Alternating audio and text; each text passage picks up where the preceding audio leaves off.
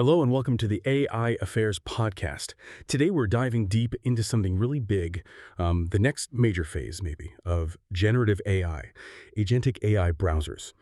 This feels like a profound shift. We're moving way past just having a chatbot, in the corner of the screen. We're actually talking about the browser itself transforming from a passive window to, well, an active collaborator, an agent that can carry out complex multi-step tasks pretty much on its own. And this isn't future tech. It's happening now with tools like OpenAI's Atlas, Perplexity's Comet, and Microsoft's Edge Copilot. That's exactly right.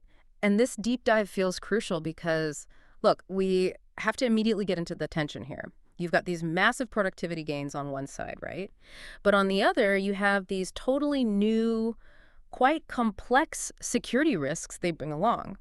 And we're not talking about your standard computer virus. This is different. It's an inherent design issue, mostly known as indirect prompt injection.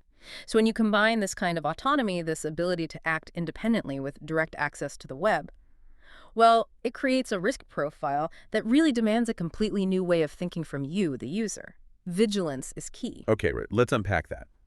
Maybe we should start by properly defining what an agentic browser is, what it actually does.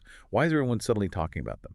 So fundamentally, it takes commands in plain English conversational language Natural language. and uses them to execute these really complex multi-step jobs across potentially loads of different websites. Think of it like proper delegation. You state a high-level goal, and the agent figures out all the steps in between, whether that's, comparing prices, planning a whole trip, or maybe updating CRM records. And the why it matters for productivity is just huge.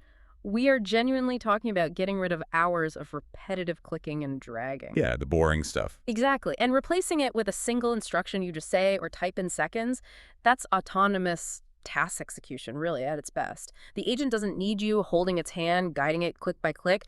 It can complete a whole workflow for you. It just reduces the mental load massively. Can you give us a specific example, something that really shows off that multi-step capability, the labor saving? Sure. Let's think about, say, a research task. Normally, you'd search, open maybe 10 tabs, try to compare findings, summarize it all. Right, takes ages. It does, but an agent like Comet could potentially handle all of that. A user might say something like, okay, research the latest EU AI regulations, find 3 key summaries from reputable legal journals, compare how they analyze enforcement, and then draft an email summing it up for my team lead.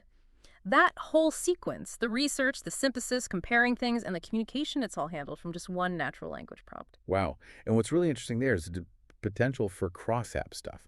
Using multiple AI tools together. I saw one source talking about how an agent could, say, look at an old chat history in ChatGPT, figure out the main research question, and then fire up Google Gemini to do deep current research based on that finding, all on its own, linking up these different AI systems. That kind of seamless integration, that's really the next big thing. And it's not just about speed, it's also context and memory, persistence. Okay, now that brings up a huge question, though. You mentioned context and memory. These systems keep track across sessions, across tabs. ChatGPT Alice, for example, has this optional browser memories feature. So if the agent can remember details from my past research or my interests and use that to personalize things or pick up where I left off, doesn't that completely clash with the security advice we're probably about to get into? I mean, if it remembers my company login details or sensitive research topics from last week, doesn't that just make it a much bigger, juicier target? That is the essential trade-off. You've absolutely hit the nail on the head. Continuous memory is brilliant for making it useful, right? But it creates this massive data centralization risk. You're essentially building a digital delegate that's always logged in, knows a lot about you, and remembers your past actions, which makes segregation something we'll definitely talk more about, completely non-negotiable. But just quickly looking at the tools, Perplexity Comet, for instance, really pushes its accuracy and trustworthiness. It cites sources by default, which makes it great for research and, quick daily automations you can trust. And OpenAI's Atlas, its strength seems to be that deep integration with the whole ChatGPT world. Its agent mode is apparently really good at complex planning, especially if your company is already heavily using ChatGPT for things like travel coordination or making presentations that need data from cloud storage. Yeah, ecosystem matters. And then, of course, there's Microsoft Edge Copilot. That's all about leveraging the huge Microsoft 365 ecosystem. They're aiming for advanced stuff like managing errands, booking things, and really using all the context locked up inside a company's Microsoft. Set up your calendar, emails, documents to get tasks done. Okay, so here's where the mood shifts a bit, right? Ah, All that incredible power, that autonomy we were just praising, it comes with a really fundamental, critical flaw. Let's pivot hard to security now, because this seems like the core problem no one's quite solved yet. Indirect prompt injection.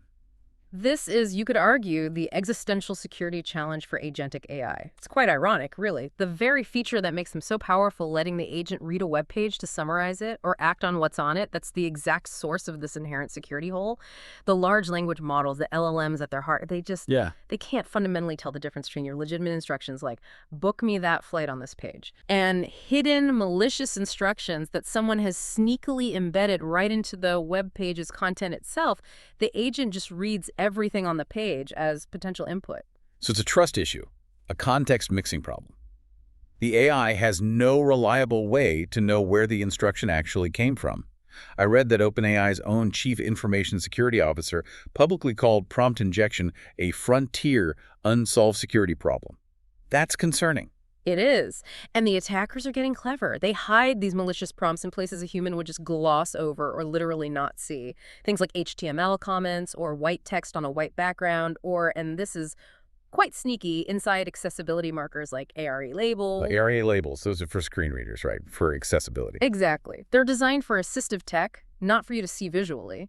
But the AI agent, it often ingests them just like any other text on the page. Hold on. So if I land on some harmless-looking website, but there's a malicious instruction hidden in an ARIA label, the agent reads that instruction maybe even before it processes my main request, and I'd never even know it was there. Why does the agent process text the browser itself knows not to display? That's the crucial difference. The browser's rendering engine knows, okay, hide this text, or render this white on white. But the AI agent often isn't looking at the final visual output. It's frequently reading the raw source code, or at least a stripped-down text version of the page content that includes all the elements, comments, accessibility tags, everything. So, to the LLM, a prompt hidden away in an ARIA label looks just as valid an instruction as what you typed into the chat box yourself. And the testing on this shows it's not just theoretical, right? I saw figures suggesting page summarization features have something like a 73% attack success rate. Yeah. And question answering is close behind at 71%. Those numbers are high, yes. And it's because those features, by their very nature, need the agent to pull in all the page content, whether it's trusted or not, into its working memory, its context window. Wow, okay, paint a picture of how bad this could get, especially maybe in a company setting. Give us a real-world kind of scenario. Right, let's imagine an analyst. They're using their agentic browser for work, maybe researching a vendor. They visit the vendor's website, but unbeknownst to them, that site's been compromised. Hidden on that page is a malicious instruction. It tells the agent, which is operating with the analyst's logged-in permissions, remember, to go and find specific data from other tabs the analyst has open, maybe tabs connected to internal corporate systems, things like current contract values from a procurement system, or maybe notes on strategic planning from SharePoint. And because the user is logged in, maybe through single sign-on, SSO, the agent just inherits all those authentication tokens and permissions. So the usual browser security sandboxing doesn't help. Exactly. The agent is essentially authenticated as the user. It bypasses traditional browser tab isolation in many cases. So you've got data exfiltration, but it's disguised as the agent just doing its job, performing an autonomous task. And it gets even more worrying with things like zero-click attacks. Zero-click, meaning the user doesn't even have to click a bad link. Precisely. In the context of, say, Microsoft 365 Copilot, there's been research showing a malicious prompt could be hidden inside an external email. The user doesn't need to visit a dodgy website. The email itself contains the instruction. And when the agent processes that email, maybe just to summarize your inbox to get strict, it could then access and leak sensitive internal data from places like SharePoint, all without the user having actively clicked on anything malicious. That is genuinely quite insidious. Okay, so if this risk is so fundamental, so baked into how the LLMs process text, what on earth are the companies actually doing about it? Yeah. And I guess how much responsibility is now just being dumped on us, the users? Well, the vendors are definitely scrambling to build guardrails. They're not ignoring it. OpenAI, for example, runs its agent in a kind of virtual sandbox. They actively disable things like executing code directly, downloading files without permission, installing extensions, trying to limit the blast radius if the agent does get compromised. They also talk about a secure browser takeover mode, where for really sensitive inputs like passwords, the model itself doesn't see or store them. Okay, so some technical controls. And what about Perplexity Comet? You mentioned their approach earlier. Yeah, they use what they describe as explicit tool-level guardrails. They're trying to build clear boundaries in the code, essentially trying to remind the model constantly, okay, this bit of information came from the open web, treat it carefully, be suspicious, stick rigidly to what the user originally asked for. But it sounds like no software fix is foolproof, especially against clever attackers. That's the current reality. So the consensus right now in the security world is shifting. The user has to become the primary line of defense. There's this metaphor going around that's actually quite useful. Treat the AI agent like a brand new intern. An intern, how so? Well, you'd give an intern clear, strict instructions, right? You wouldn't just let them loose on sensitive company finances on day one. And crucially, you'd always check their work before relying on it. Same principle applies here. Right, okay. That leads us to this idea of a new user architecture needed for this tech. What are the concrete, actionable things people should start doing now? Okay, number one, absolutely critical. Segregation. Physical and virtual.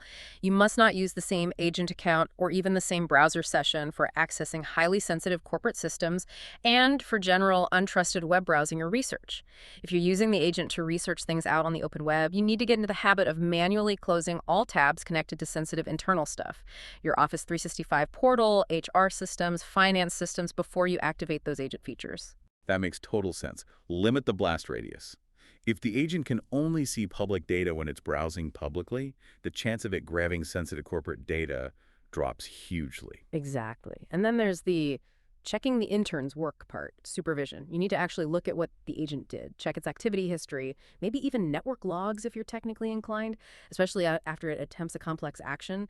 If the agent claims it completed a task, take a second to verify the key steps. If it says it filled out an important form, glance over the fields before you hit submit. Tech Radar mentioned users are explicitly expected to monitor ChatGPT activities in agent mode. The responsibility is on you. It's funny, the advice for financial transactions feels almost quaint compared to this AI orchestrating global web stuff. We're talking about these super advanced agents doing complex financial planning potentially. And one of the main security tips is basically set up a separate low-limit credit card just for the AI to use, like a digital allowance. It really highlights the current state, doesn't it? The instability, the lack of deep systemic trust in the technology's security layer right now.